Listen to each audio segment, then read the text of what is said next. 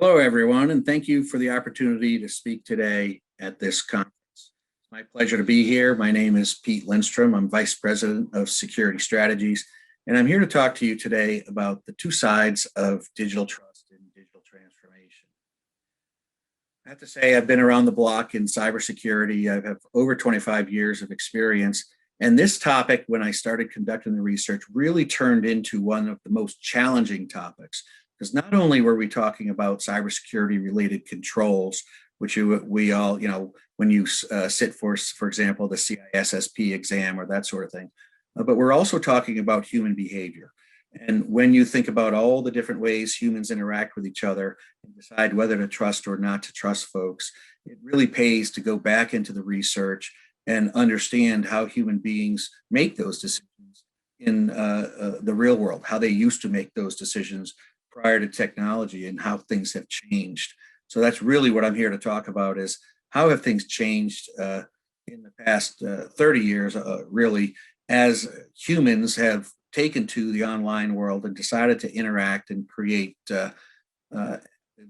develop economic activity online through digital transformation, the like functions. So at IDC, we track a lot of different stats and a lot of different trends. One of the ones I find most interesting is looking at the way digital transformation is changing business. The chart on the left is a revenue chart, and on the right, you have profit.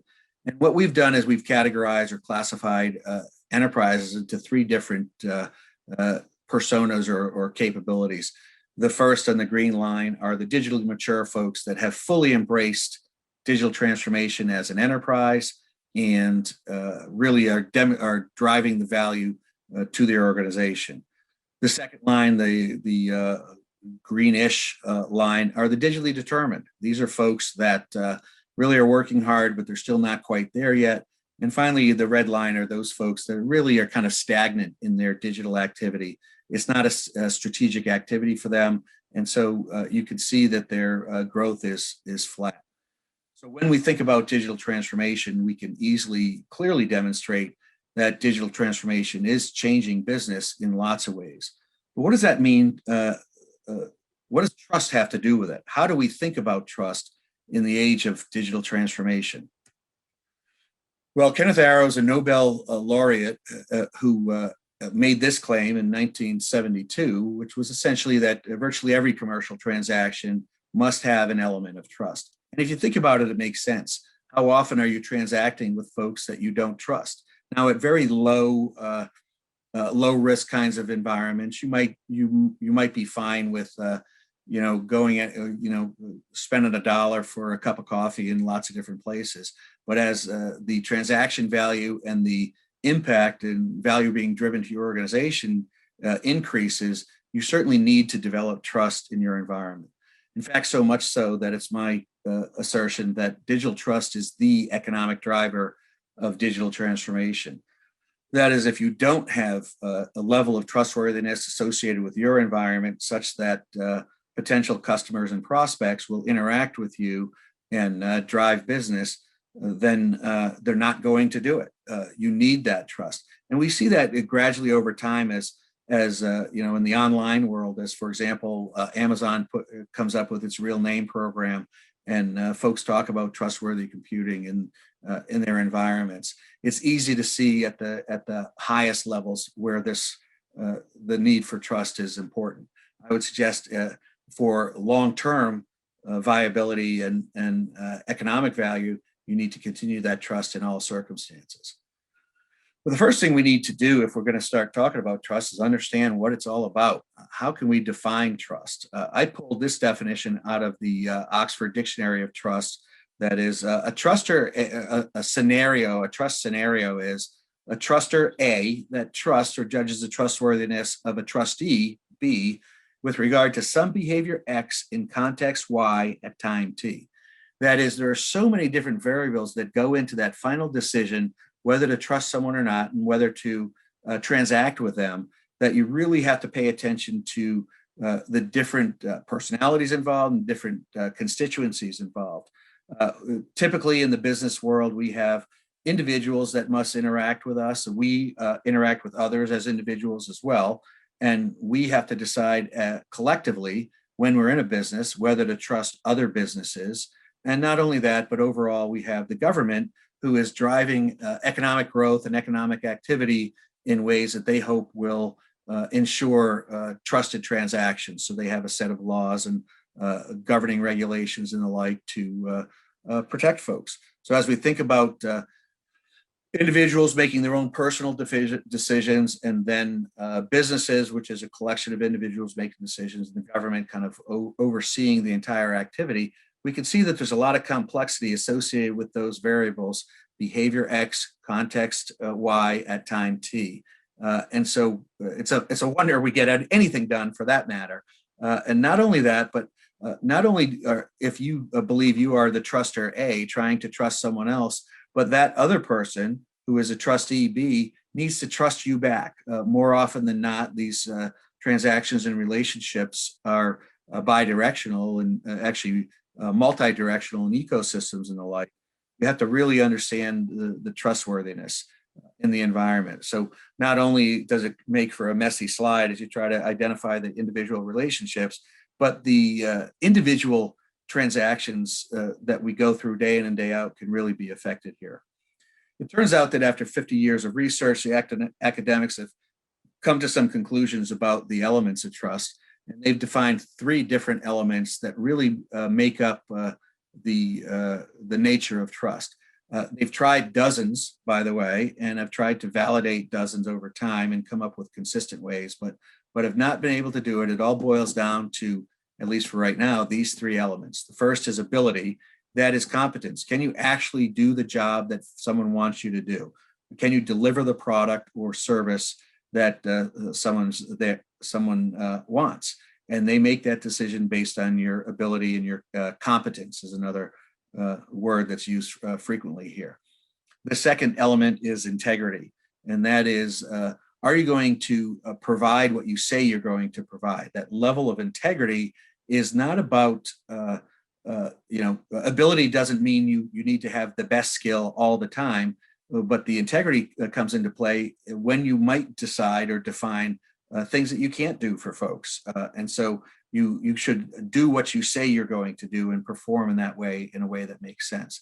And the third element within any kind of trust relationship or trust decision is benevolence. That is, the person who has to take the biggest leap of faith in order to develop the trust really wants to understand that the other person or institution involved has benevolence in mind. That is, the greater good of the transaction. We're not entering into something that's fraudulent or somehow malicious or some other type of thing. It's a key component in deciding trust. Now, all these things are all spectrums where you have to decide, the value of the transaction, the level of risk that you perceive in the environment, and these individual capabilities that you're reading from an individual. It can be very challenging, even human to human. But what happens when we end up throwing technology into the mix? This happened, if you, depending on how you track it, the internet in 1994 or so, but certainly has gone through its ups and downs and bumps and bruises. But now we are full-fledged into digital transformation in our environment.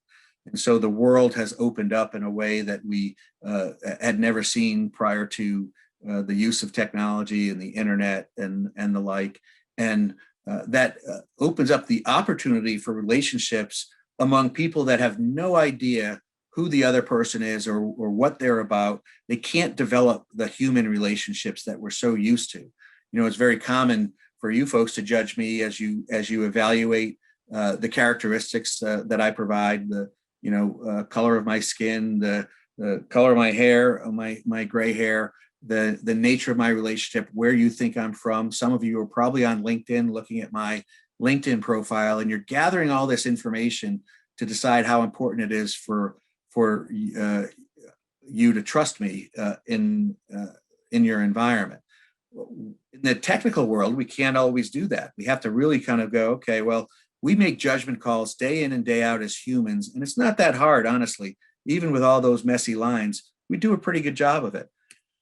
In the technical world, we have to think a little bit differently. And the way we think from a digital trustworthiness perspective is from the most finite really kind of bits and bytes all the way up to the environment we're working in. So as you think about trust, we talk about trusted data and trusted code, which form together into a trusted application that you need to validate in ways that make sense. Those applications become systems or platforms, and then the environments become broader as they propagate throughout organizations and the like. And finally, you have business partners working together, perhaps supply chain activities, various marketplaces and the like, that create these trusted ecosystems. All these different entities are interacting and trying to make those trust decisions themselves as individual humans that have been put together collectively to try to represent the interests of their company. How challenging is that, right? We have to try to deal with these things. And in the cybersecurity world, when we talk about trusted code, we think in terms of 3 control objectives. These are over and above the human side of things that we've had to deal with forever. And we call this the CIA triad: confidentiality, integrity, and availability. It's kind of interesting that integrity is in both the human side and the technical side of things in terms of components or elements of trust. But this integrity is different. The human integrity is one of delivering on what you promised. This level of integrity is often driven by cryptography and is one of ensuring that a transaction is complete and doesn't change in the middle of it, that nothing has changed, and that you can guarantee that the data or the transaction the components that going into the transaction are the same as those that were delivered and come out of it in our environment. So the technical side of trust really becomes that CIA triad, is what we call it in cybersecurity. When you're thinking about digital trust, then we have to take into account both the human level of human layers of trust and the technical layers of trust in order to transact. How does that manifest itself? Well, we could put a chart together of lots of different ways that things can go wrong with digital trust. And you can see here in the business world, your data might be breached, and that might be a breach of trust for your individual customers in your environment. You might have supply chain issues or third and fourth party kinds of challenges in your environment. You really have to consider what the interactions are between the truster on the row side and the trustee or the recipient on the column side of our environment. So there are a lot of different factors here that you have to take into account. Regulations come into play a lot. And then if we get into artificial intelligence and machine learning, understanding that one business's programming bias into a machine learning system will result in the customer or the other entity on the other side of the business getting that bias out of their system and having to deal with it in some way that makes sense. So we've created a number of mechanisms that we put into place in our digital trust world to try to get smarter about this. Very often, certainly we have business contracts and third-party due diligence and audits that occur to ensure that companies are providing the level of care that we expect and need from our business partners. We deal with compliance-related activities all the time as we understand worldwide regulations. I think the last time I counted worldwide regulations or something like 88 regulations worldwide that various large companies had to comply with in order to make sure that they were on the up and up with the governments and regulatory agencies involved in their environment. And really compliance everywhere. That is, not only are you providing compliance-related activities in your environment, but you expect your partners also to be compliant. And so you really have to understand the language of cybersecurity and tie things together in order to be smarter about that. So essentially, we're talking about a successful program here. My final guidance is to don't neglect the human side of this. We have both a human side of trust, which affects your reputation as an organization, and the technical side of trust, which affects your ability to transact on the digital level in your environment.